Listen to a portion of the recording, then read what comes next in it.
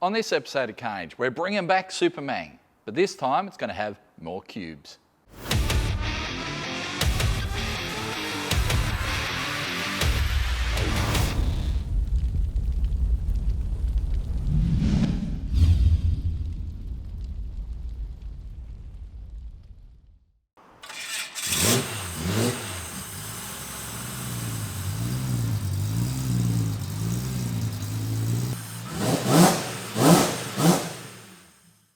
For those of you that don't remember, this is Supermang. We bought this car back in around 2019, started COVID, before the world went insane. We paid about $4,000 for it, for a V6 Berliner. Everyone said, you guys are nuts. And then COVID pricing happened, and all of a sudden we weren't so crazy anymore because, you know, V6 Commodores were legitimately going for, well, at least getting asked for $10,000 or more. So yeah, things got crazy there for a while. But we bought this car, and then we bought another car, V6 Commodore from under a tree in someone's front yard, pulled the supercharged 6 out of that, the L67, stuck it in this car, threw a cam into it, did some boost upgrades. We gave it a Carnage rebuild, so I honed it and did ring gaps and rod bolts and that sort of thing, but still stock crank, stock rods, stock pistons.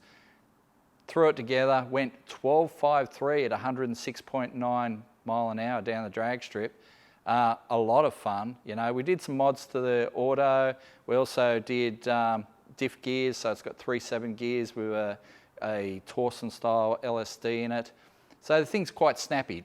Off the line and just around the streets, super snappy. Sounds awesome with a supercharger. We've done some, you know, playing around with intercooling and that sort of thing, tried different methods. But to be honest, we like it without the intercooler, with the bonnet intact. And the thing is super nice to drive. Well, at least it was, you know, until someone forgot to pay the rego, and the rego expired, and we're like, kind of like, oh well, let's park it in the back of the workshop for a while and we'll go play with other things. But it has been an awesome car. You know, we've done drag racing with it, we've done burnouts with it, we've cruised on the street. It's been awesome, but we think it's time to bring back the Mang, give it some extra cubes, get it regoed again, and go out and run some decent numbers. So we may start off with a supercharger to just get things going, but eventually this thing is going turbo, and we have some parts for that. So let's show you that. Okay, so we've had this sitting there for a while now. That is a 3.8 litre V6. This is a 4.2 or 4.3 litre stroker. I'll have to work out the actual dimensions of things. But yeah, this has more cubes and therefore will make more power. Not only that, it has forged pistons, good rods in it, H-beam rods. I mean, the factory rods aren't too bad. I mean, that is a factory L67 rod. It is a pretty beefy bit of gear, but those rods will handle more power. So the aim is to, yeah, basically put this together, get in the car. It's not going to all happen this episode because I think we're still missing a couple bits. We have most of the stuff though. So I figure let's get started on it, make a start so we can get this thing into the car sooner rather than later.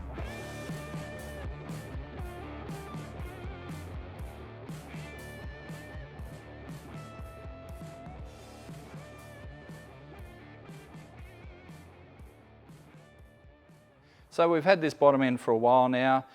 We handed it off to the boys at Top Torque because we were kind of busy at the time. So crank, rods, pistons, all assembled into a short block by Top Torque.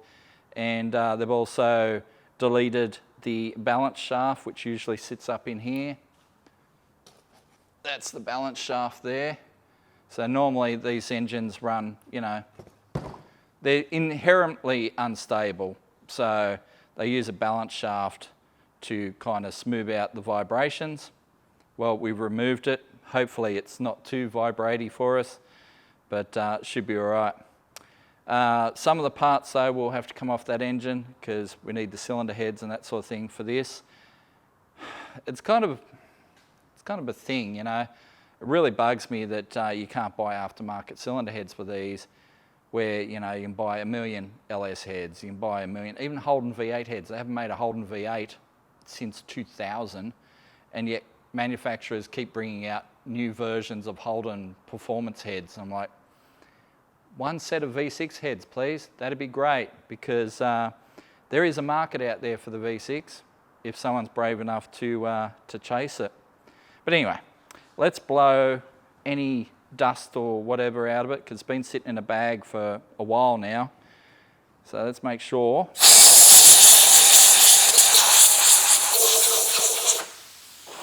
I need to turn compressor on.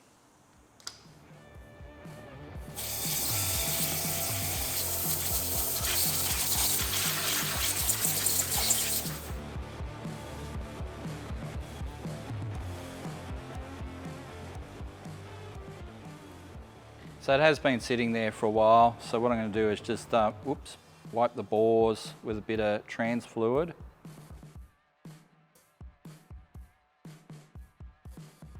There we go.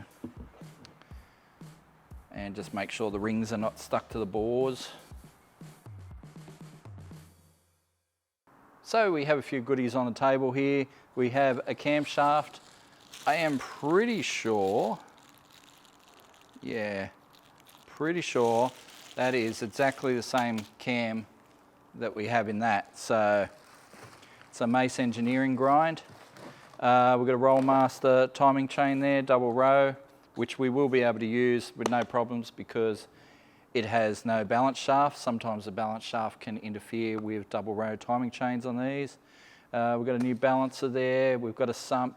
I might have to whip that off to our mate Ben this afternoon and get him to weld a fitting for a turbo drain before that goes on the engine, because that's the way we're going down the track. So yeah, we did one on that sump, but I'd probably like to seal up the bottom end before that one comes out of the car. So we'll prepare that one as well.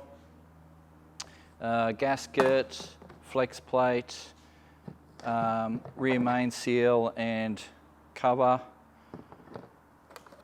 So lots of bits and pieces there. We also have some flange plates for making turbo manifolds later. That one's a little bit rusty. Might have to give her a clean up. But the first thing we need to do is get the new camshaft in the engine. So let's find top dead center on number one. Number one is always easy. It's the first cylinder on the engine. It sounds kind of simplistic to say that, but look at your engine. Which piston is at the front? This one is. That one's number two. Sometimes they name them 1, 2, 3, and then 4, 5, 6, if you're in a Fords or something like that. But on these, it's, 1, 3, 5, 2, 4, 6. Pretty simple. But we're going to use this deck bridge just to measure our top dead center.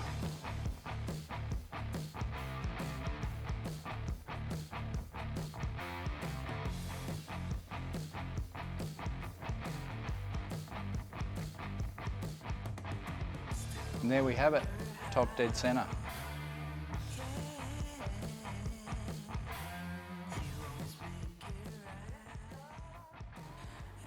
So this is a blower grind. I don't know what that's going to do to our turbo setup later on, but we'll just go with this and see how it goes.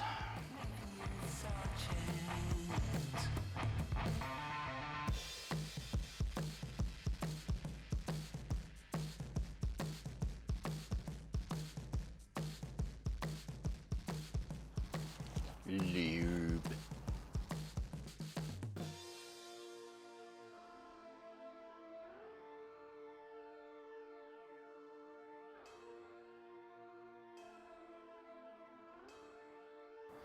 This is why you don't throw away your old cams as soon as you pull them out. I need this little key.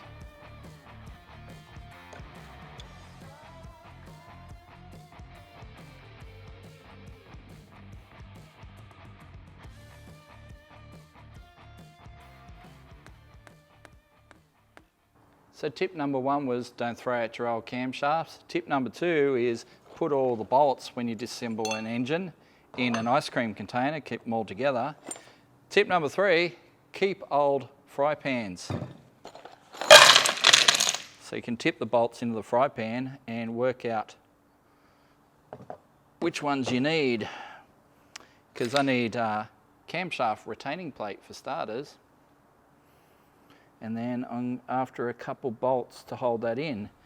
They are chamfered, so the bolts will be chamfered. They should be pretty easy to find. Well, there's one. Must have pulled this engine apart like 2 or 3 years ago. So it's very handy to try and keep your shit organised.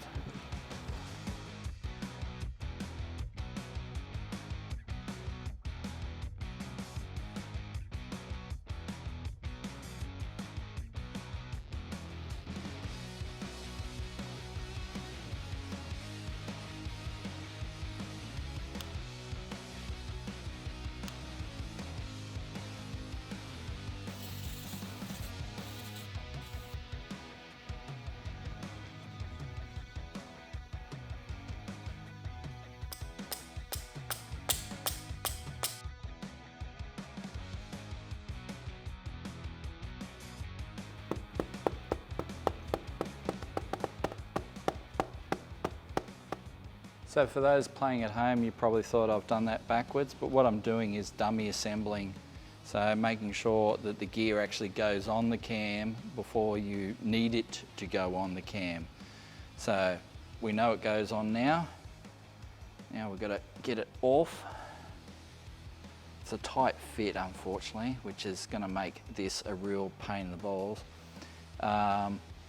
Crank gear, obviously it stays there.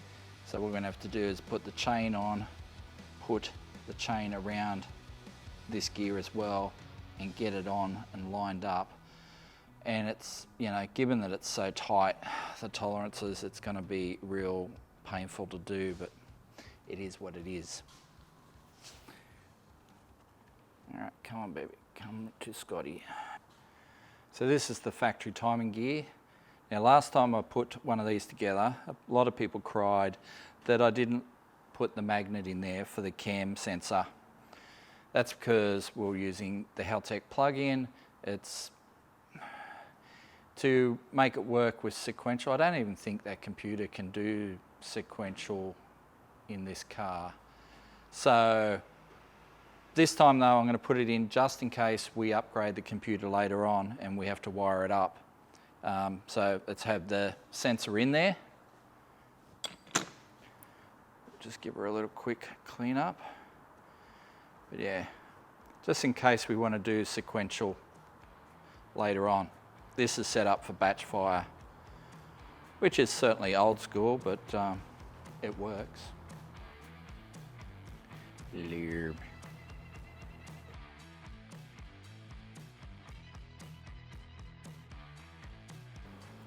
So we've got our dots lined up. It's at top dead center. I'm just going to tap him on.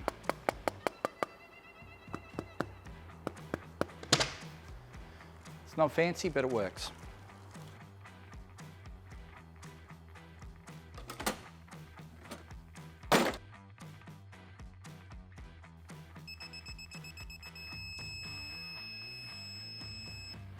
It has to be done up really tight.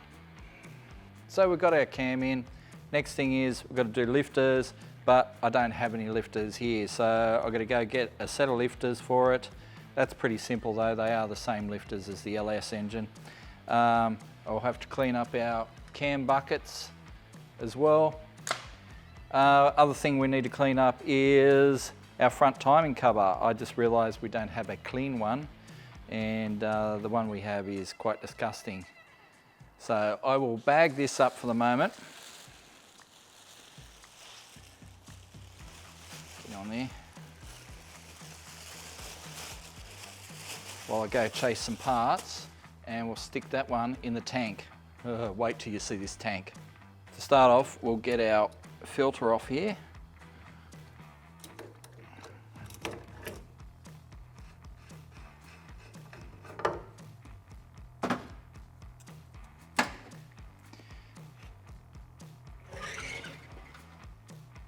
It's kind of gross.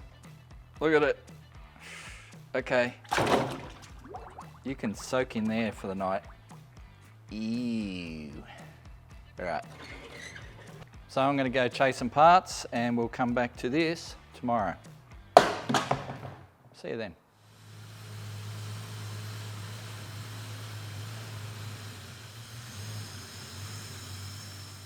Well, that is the last time you're going to hear the 3.8 litre running Supermang, well, forever, because stroker's going in. I went chasing parts yesterday, I got new lifters, new water pump, but now we need the parts off this engine to complete our stroker. So this engine has to come out so we can rob it for parts. It's a sad day. Car runs really nice. I'd like to keep doing stuff with the 3.8 litre. I'd love to keep pushing the supercharger if we could, but we reached out to some of the supercharger mobs here in Australia. No one wants to play. That's fine. We'll just go turbo. Their loss, our gain. Anyway, let's get the car up on the hoist, get that engine out so we can rob it for some parts. But yeah, we've only got today to get the engine out, and then I'm on holidays next week, so let's get the engine out.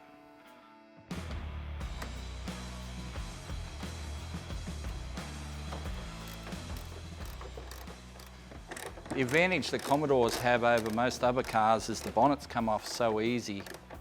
There's 2 bolts basically, if you do it right, and they have these little slots in the hinges so you can line them up perfectly. They fit perfectly every time. Most cars and bonnets, once you loosen off the bonnet, she never lines up again. So Commodores for the win. Up and forward. Hey everyone, this is Axel. Matty is in Japan at the moment on holidays, lucky bastard, in several feet of snow. So we've got Axel filling in for him at the moment. So yeah, welcome Axel.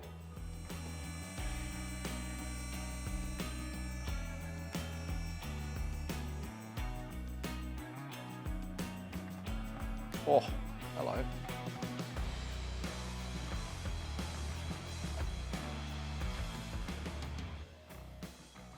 This is what happens to your oil when your car's on E85 and you just start up and drive it in and out of the workshop every day. Contaminates the oil.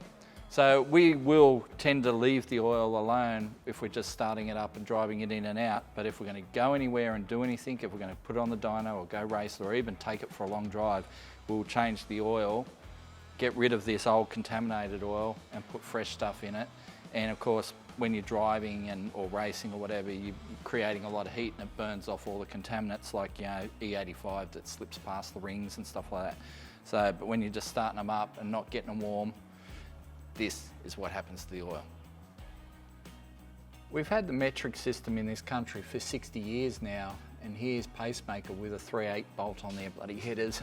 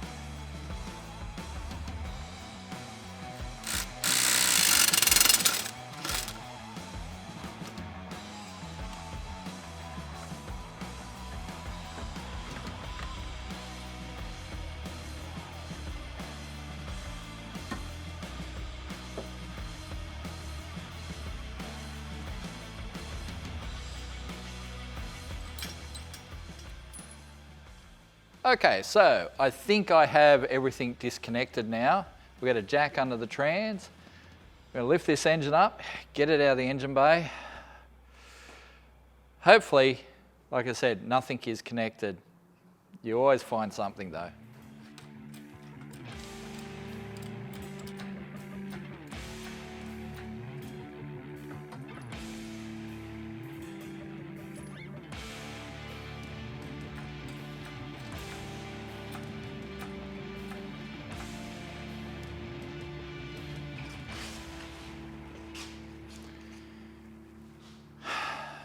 Dunsky. Engine is out.